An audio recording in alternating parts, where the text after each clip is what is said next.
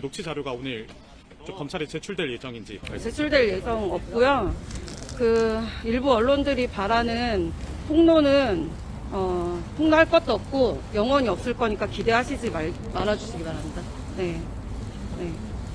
추가 폭로 예정이 있습니다. 없다니까요. 네.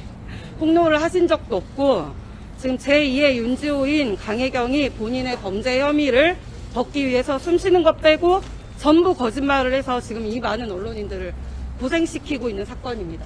네. 공천 대가성이라든지 네. 뭐 이와 관련된 모든 요 혐의 모두 부인하신 겁니다. 당연하죠. 네, 강혜경 씨가 이미 선관위 조사 때 본인 진술로 밝혀놓은 것들이 있습니다. 제2의 윤지호 강혜경이 왜 변호인 입회도 못하게 하고 혼자 들어갔을지 생각해 보시면 답이 나옵니다. 네. 어제 SNS에 사과글 올리셨는데 그 의미는 뭐라고 생각하십니까? 본인이 폭로한 건 아니지만 제3자들이 녹음을 해서 어쨌든 이유 여하를 불문하고 바깥으로 여러 정치인들에 대한 어떤 평판이나 본인이 생각하는 바가 공개가 됨으로 인해서 어떤 대통령님 부부나 그리고 예를 들면 윤상현 의원님이나 이런 분들에 대해서 누를 끼치게 된 부분에 대해서 깊이 사과를 드리는 말씀으로 알고 있습니다. 네. 지금 여러 의혹 중 하나가 이제 창원 제2국가선단 선정 과정에 명 씨가 개입을 했다라는 네. 부분도 나오는데 이 부분에 대해서는 좀 어떻게 그 부분에 변론하실 대해서 계획인가요? 네, 변론은 제가 오늘 못하고요. 네, 조력을 할 텐데 처음부터 끝까지 일관되게 말씀하시는 건 본인이 정책 아이디어를 지역구 국회의원인 김영선 의원에게 아주 수시로 말씀을 드렸고 그리고 그것을 관철시키기 위해서 여러 자료 조사를 해서 실제로 문건으로 만들어서 김영선 의원님께 드리기도 했다는 얘기고요. 이거는 아주 건강하고 건전한 주권자인 국민으로서 당연히 지역을 사랑하는 마음에 정책 아이디어 제안하는 건 장려할 일입니다. 네. 영태균 씨는 강혜경 씨가 모든 걸 주도했다고 생각하시나요? 주도한 게 아니고요. 강혜경 씨가 미래한국연구소 통장 계좌, 본인 계좌 2개, 그리고 김영선 전 의원의 정치자금 계좌를 전부 들고 수시로 입출금을 하고 현금을 빼고 갖고 왔다 갔다 하고 모든 돈 관리를 강혜경 씨가 했습니다. 그래서 생각하는 게 아니라 아까도 영태균 씨가 말했지만 자금 추적하면 이 사건은 더 나아가 조사할 이유도 없는 사건입니다. 네. 사실 변호사로 이제 선임되신 지 얼마 안 된 걸로 알고 있는데 모든 녹취 자료를 검토하시기에는 시간이 부족했을 것 같거든요. 네. 대통령 육성까지 나온 상황에서 좀 이 모든 혐의를 부인한다는 게 좀 이해가 안 될 수도 있을 것 같은데. 대통령 육성이 무슨 혐의와 무슨 관계가 있죠? 네. 관계가 전혀 없고요. 일반 국민이 우리 지역을 사랑하는 마음에 우리 지역의 일꾼으로 열심히 일할 국회의원 후보를 추천하는 건 대통령이 아니라 누구에게도 할 수 있는 일입니다. 그런 어떤 정말 권력자도 아닌 아무 직함도 없는 일반 국민이 하는 말을 경청하고 귀담아 들어주신 대통령님과 김건희 여사님이 참 훌륭하신 분이라고 명태균 씨가 그렇게 말씀하셨습니다. 네. 그것을 듣고 따랐다는 게 아니라 무시하고 안 듣고 전화 끊어버리고 이런 게 아니라 존중하고 잘 들어주신 건 권력자의 당연한 어떤 태도입니다. 우리나라 정치인들은 앞에서는 제가 다 해결했습니다 이렇게 말은 하지만 한 귀로 듣고 한 귀로 흘리는 게 숙성이 돼 있는 국가입니다. 그런 부분에 있어서 대통령께서는 어쨌든 경청하신 부분, 대통령께서 일반 국민의 말씀까지 귀담아 들으셨다는 점에서 그냥 미담일 뿐입니다. 네. 이게 무슨 공천 의혹입니까? 네. 김태현 소장은 본인은 실제 소유주가 아니라 네. 미래한국연구소는 명태균 씨라고 얘기하고 있는데요. 네, 재밌는 얘기입니다. 오늘 그거 관련 증거를 제출하러 왔습니다. 미래한국연구소 이름으로 나온 대선 시절에 나온 보고서와 명태균 씨는 아무런 관계가 없는 관계가 없습니다. 네, 미래한국연구소가 PNR이나 여러 기관과 함께 협업해서 의뢰를 받아서 한 것입니다. 미공표도 마찬가지인 거예요. 미공표 중에 자체 조사 중에 일부가 명태균 씨가 본인이 보기 위해서 대가를 치르고 예를 들면 6천만 원 정도를 그 시기에 미래한국연구소에 돈을 집어넣거든요. 그거 이하의 그 금액 이하만큼의 자체 여론조사 결과를 받아봤습니다. 단순 의뢰인이라고 한다면 가중치를 지시하거나 이런 녹취는 어떻게 보시나요? 그런 거는 이제 본인이 여론조사를 했던 사람이기 때문에 이렇게도 해보고 저렇게도 해봤을 때 어떤 결과가 나오는지 스스로 좀 한번 판단하려고 해봤다고 합니다. 그러면 네. 응답자 수 부풀려진 거와도 관계가 있다고 볼 수 있잖아요. 그게 응답자 수가 부풀려졌는지 어쨌는지 저는 모르겠는데. 네.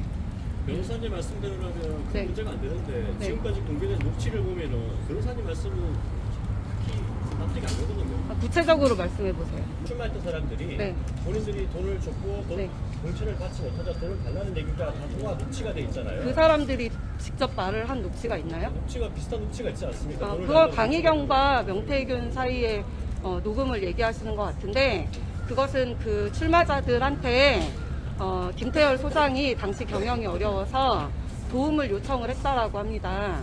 그래서 도와주기로 했으니까 여론조사 관련해서 비용 부족하면 그 사람들한테 알아서 해결해라 이런 뜻이었다고 합니다. 그리고 지금 드러나는 1억 2천짜리 그 뭐 압수수색 영장이나 이런 데 드러나는 비용들 있잖아요. 그거는 그 녹음과는 전혀 무관한 시기에 전혀 무관하게 명태균 씨나 김영선 전 의원이 모르던 시기에 자기들끼리 돈 주고받은 얘기예요. 네, 그래서 이 혐의와는 아무런 상관이 없는 통화 녹음입니다. 국회의원 보궐선거 때 네. 그 김영선 전 의원을 대통령님께 추천을 하신 겁니까? 네? 대통령님께 네. 추천을 한 겁니까? 김영선 전 의원을? 통화 녹음 그대로 추천한 거죠. 네. 추천했다고? 네네네. 네. 어떤 경로를 통해서 추천한 겁니까? 뭐 김종인 위원장이나 이준석 전 당대표나 여기 김영선 전 의원님과의 인연으로 대통령 부부와 어떻게 연이 닿아서 식사도 한번 하셨고 전화 통화도 몇 번 주고 받았습니다. 네, 그때 어쨌든 유력 대통령 후보 당선인까지 되셨으니 힘 있는 분께 우리 지역은 보궐선거 후보로 김영선 의원님이 됐으면 좋겠다. 꼭 좀 부탁드린다. 이렇게 말씀하신 거예요. 네. 그런 얘기는 저희 우리 일반 국민들도 내가 생각하는 지지하는 정치인이 국회의원이 됐으면 좋겠다는 생각으로 아는 국회의원이나 권력자들 있으면 전화해서 얘기하기도 하거든요. 민주당 개딸들은 맨날 문자 폭탄 보내잖아요. 그런 차원이라고 생각하시면 됩니다. 네. 재작년에 대우조선에 가서 그 현장을 둘러보고 대통령께 보고한 것도 맞습니까? 그러면? 그런 것에 대해서 들은 바가 없는데요. 제가 주변인들하고 이야기도 해봤거든요. 되게 피식 웃으시더라고요. 네, 재밌어 하십니다. 네. 피식 웃었다는 건 어떤 의미로 받아들일 수 있을까요? 그냥 너무 웃기는 얘기라는 거죠. 그냥 지역에서 있는 일들 구경 가거나 직접 갔는지 여부는 저는 판단하기는 안 했는데 그냥 아무 일도 아닌 일로 소설을 잘도 쓰신다고 재밌어들 하시더라고요. 네.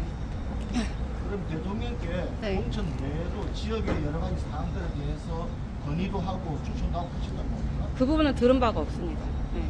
쟁점이 아니어서 제가 물어보지도 않았습니다. 네. 어제 대통령 기자회견에 대해서는 뭐라고 하시나요? 사실대로 대부분 맞다고 하셨습니다. 네. 어떤 부분이 사실대로 세 가지 의혹에 대해서 대통령께서 그런 여론조사 그런 거 할 줄도 모르고 모르신다, 지시한 바 없다.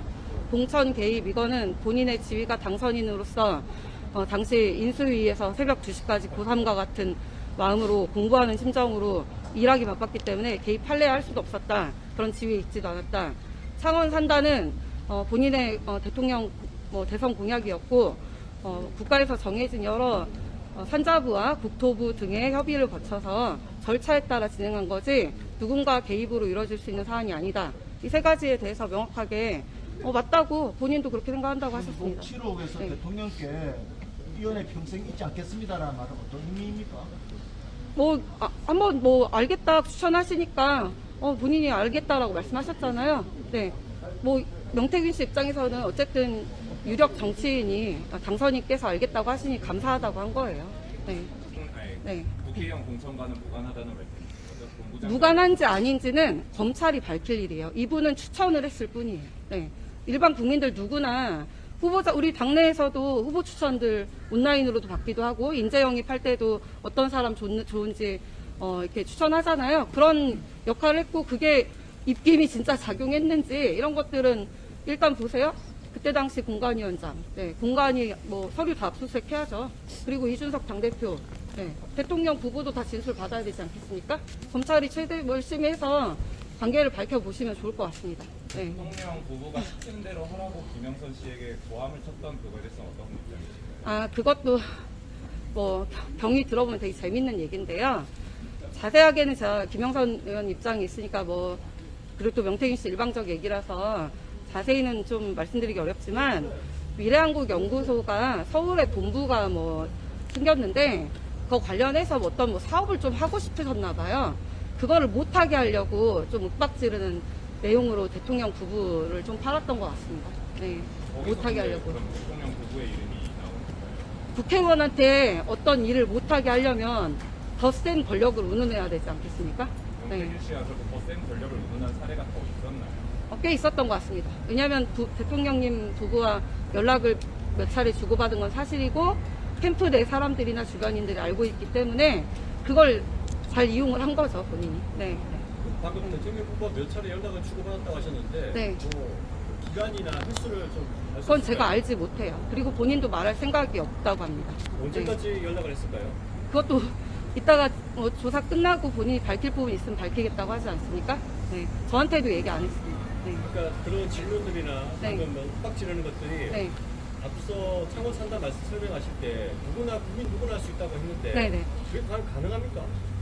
당연하죠. 정책 제안은 저는 대전광역시의원이었었는데요. 시의원 할 때 특히 지역 언론사 대표님들은 김 의원 이것도 해봐 저것도 해봐 어디 지역에 뭐 들어오는데 그거 알아봐 이런 거 저한테도 제안을 수시로 하시는데요. 네, 당연하죠. 네, 방금 말씀은 당연하다고 했는데 네. 실제 지금 창원시청 공무원들은 네.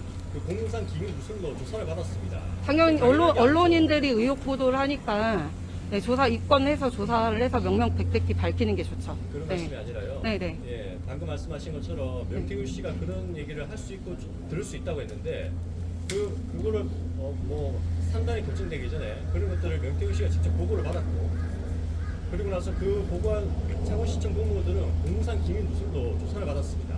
아, 그렇게 이게 그렇게 쉽게 아무나 이렇게 듣는 얘기도 아니고 그걸 말해줘서도 안 되는 것 같은데요. 직접 보고 받았다라고 어디 나와 있습니까? 네. 지금 그렇게 일단 질문 자체가 팩트가 아닌 질문이기 때문에 저희를 취재했을 때 창원시청 공무원들이 직접 보고를 했다고 진술을 해서 그건 기사가 나왔습니다. 자, 김영선 의원님 당협 사무실에 명태균 씨는 수시로 왔다 갔다 했었고 그 관련한 자료 브리핑을 하거나 협의를 하는 과정에서 주변에 왔다 갔다 한 적은 있다고 합니다. 네. 그럼 그 자리에 뭐 어떤 자리인지 몰라도 공무원들께서 보고하는 자리에 있었을 수도 있고. 네, 강경 씨도 네. 그렇게 비슷한 진술을 했는데 뭐 다른 공무원들도 말씀하셨는데 거의 같은 김영선 씨와 상성에서 이렇게 보고를 받거나 오히려 김영선 전 의원이 명태균 본부장에 보고를 하라고 해서 시청 공무원들은 그쪽에 가서 보고를 했다고 합니다. 그 제2의 윤지호 얘기는 믿을만하지 않기 때문에 네, 그냥 무시하시면 될 것 같습니다. 네. 본인 유리한 것만 믿을만하고 나머지는 부인하는 선택적인 그 신뢰를 보이기 때문에 똑같이 말씀하시는데 네네네. 강경 씨뿐만 아니라 창원시청 공무원들도 그렇게 말을 했습니다. 공무원들에 대해서는 제가 뭐 들은 바가 없어서 네. 그런 전제 하에 질문하시는 거에 답변을 못 해드리겠습니다. 네. 다 질문 다 됐으면 저는 들어갈 거고요. 제가 변호인으로서 그 가짜 뉴스의 사례를 한 가지 보여드리겠습니다. 자, MBN에서 며칠 전에 단독 보도로 그 우리 명태균 씨가 기존에 9월 24일 날 기존 사용하던 핸드폰을 포렌식을 하고 처남한테 다시 갖다 주는 것이 압수수색 영장에 기재된 것을 뭐 어떻게 확인을 했는지 검찰 관계자는 하면서 따옴표로 이것이 증거인멸에 해당하고 그리고 그것에 따라서 뭐 구속영장 가능성을 시사하는 보도를 했습니다. 그런데 제가 명확히 확인한 결과 검찰 관계자, 검찰 공보 어디에서도 그런 보도에 협조한 사실도 없고 그런 의견을 제시한 바도 없다고 합니다. 그리고 해당 기자는 저에게 제가 이걸 묻는 말에 본인들의 해석에 불과했을 뿐 검찰에서 나온 의견은 아닙니다. 죄송합니다. 라고 말했습니다. 두 번째, 자, 또 그 김영선, 명태균, 차용증 허위로 작성 그리고 구속영장 청구 가능성 시사하는 보도가 있었습니다. 그것도 MBN 보도인데요. 자, 검찰이 압수수색 영장에 따라 김영선 김영선과 그 명태균이 차용증을 허위로 썼다고 이렇게 단정적으로 CG 화면까지 보도한 보도가 있었는데요.